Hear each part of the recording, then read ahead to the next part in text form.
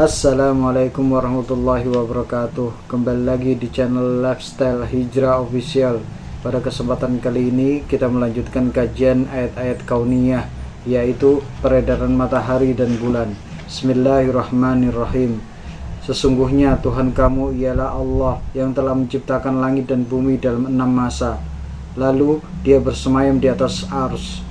Dia menutupkan malam kepada siang yang mengikutinya dengan segera, dan diciptakannya pula matahari, bulan, dan bintang-bintang yang masing-masing tunduk kepada perintahnya. Ingatlah, menciptakan dan memerintah hanyalah hak Allah. Maha suci Allah, Tuhan semesta alam. Quran Surat Al-A'raf ayat 54. Pada dasarnya semua benda di alam ini bergerak tanpa kecuali, dari yang paling besar seperti galaksi, bintang-bintang, matahari dan bulan, serta semua planet, sampai pada batu-batu kecil dan atom-atom penyusunnya. Semuanya bergerak dengan pola tertentu yang ditetapkan oleh Allah Subhanahu wa Ta'ala. Ada gerak rotasi, ada gerak revolusi dengan orbit tertentu, dan ada gerak bebas. Di sini kita akan membahas gerakan dari matahari dan bulan yang mempunyai dampak sangat besar bagi kehidupan makhluk di bumi. Banyak ayat Al-Quran yang menjelaskan tentang gerakan matahari dan bulan. Di antaranya adalah, dan matahari beredar pada orbitnya. Demikianlah ketetapan yang maha perkasa lagi maha mengetahui.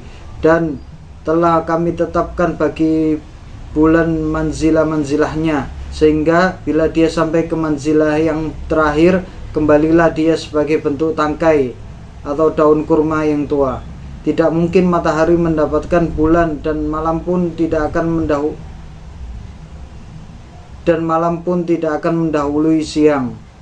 Masing-masing beredar pada orbitnya. Quran Surat Yasin ayat 38-40.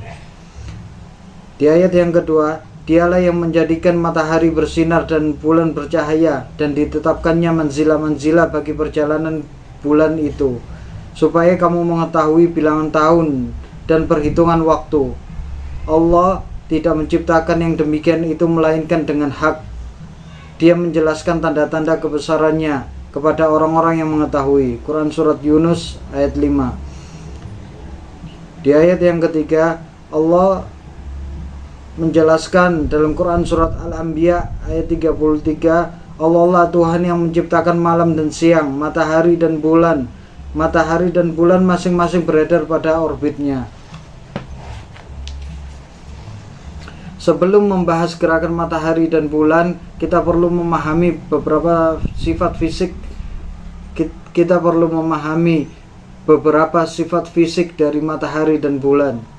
Agama Islam mengajarkan ibadah-ibadah yang pelaksanaannya terikat dengan waktu tertentu, seperti salat, puasa, haji. Semua ibadah ini ada waktunya. Allah Subhanahu wa Ta'ala berfirman, sesungguhnya salat itu adalah fardu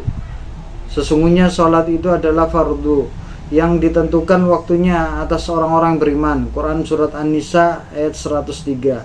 Oleh karena itu, umat Islam terkena wajib kifayah untuk mempelajari ilmu falak dan ilmu hisab, sehingga dapat menentukan waktu-waktu sholat, menentukan awal Ramadan, 1 Syawal, waktu haji.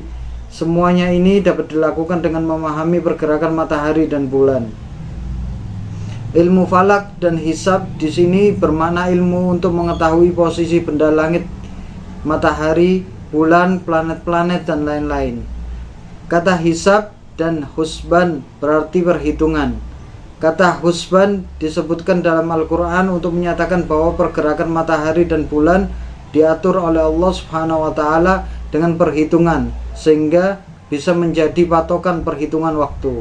Allah Subhanahu wa Ta'ala berfirman pada surat Al-An'am ayat 96, Yunus ayat 5, Al-Isra ayat 12, dan Ar-Rahman ayat 5. Dia Allah yang menyisingkan pagi dan menjadikan malam untuk beristirahat, dan menjadikan matahari dan bulan untuk perhitungan. Itulah ketentuan Allah yang maha perkasa lagi maha mengetahui. Quran Surat Al-An'am ayat 96.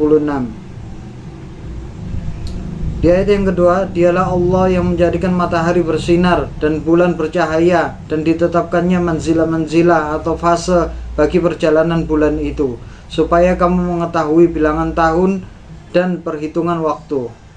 Allah tidak menciptakan yang demikian itu melainkan dengan hak. Dia menjelaskan tanda-tanda kebesarannya kepada orang-orang yang mengetahui.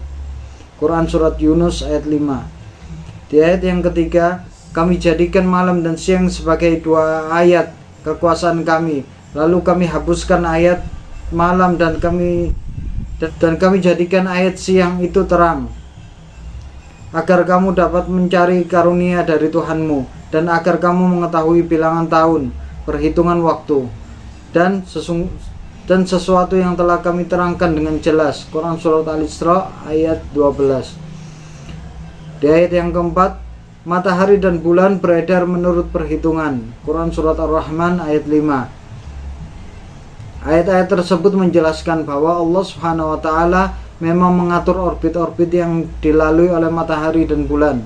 Begitu pula diciptakannya malam dan siang secara silih berganti, yakni perhitungan waktu dalam setahun dan bilangan hari.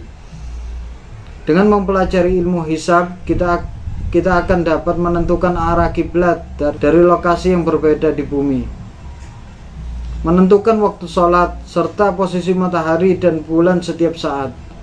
Selain itu, kalender Islam dapat pula dihitung sehingga masuknya bulan-bulan penting dalam Islam seperti Muharram, Ramadan, Syawal, Dzulhijjah dapat diperkirakan.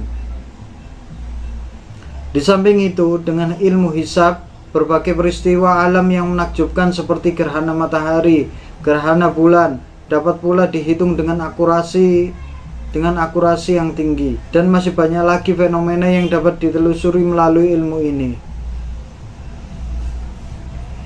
Penentuan tahun dan bulan. Karena kenampakan bulan dapat diamati dengan jelas, maka manusia memanfaatkan fase bulan sebagai penanda waktu atau sistem kalender. Ada banyak sistem kalender yang didasarkan pada bulan, diantaranya adalah sistem kalender Islam dan Jawa. Dalam Quran Surat At-Taubah, sesungguhnya bilangan bulan pada sisi Allah ada 12 bulan, dalam ketetapan Allah di waktu Dia menciptakan langit dan bumi. Di antaranya 4 bulan Muharram, 4 bulan haram. Para mufassir menjelaskan di antaranya Al-Baghawi bahwa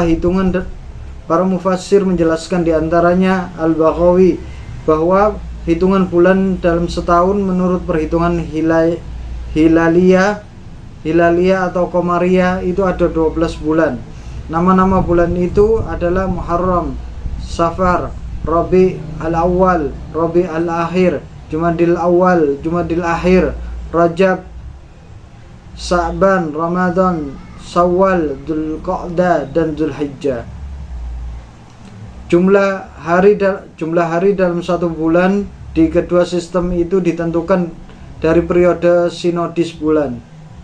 Dalam sistem kalender tersebut terdapat 12 bulan dalam setahun yang masing-masing bulannya terdiri dari 29 atau 30 hari. Rasulullah SAW menjelaskan dalam sebuah hadis. Nabi SAW bersabda, sesungguhnya kami adalah umat yang ummi, tidak bisa menulis dan menghitung. Bulan itu bilangannya begini dan begini dengan isyarat tangan, yaitu sekali waktu 29 hari dan sekali waktu 30 hari. Hadis riwayat Bukhari Muslim. Di kalender Jawa, bulan pertama memiliki 30 hari dan bulan berikutnya memiliki 29 hari. Begitu seterusnya secara bergantian hingga bulan ke-12. Sedangkan di kalender Islam, jumlah hari dalam sebulan ditentukan dalam perhitungan usia bulan, sehingga bisa saja terdapat 2 bulan yang berurutan memiliki jumlah hari yang sama. Ibnu Hajar al-Asqalani menjelaskan bahwa yang dimaksud al-hisab terambil dari kata wala nahsuba. Pada hadis tersebut di atas adalah perhitungan bintang dan perjalanannya. Bangsa Arab atau sahabat Nabi saat itu tidak menguasainya kecuali sebagian sedikit di antara mereka.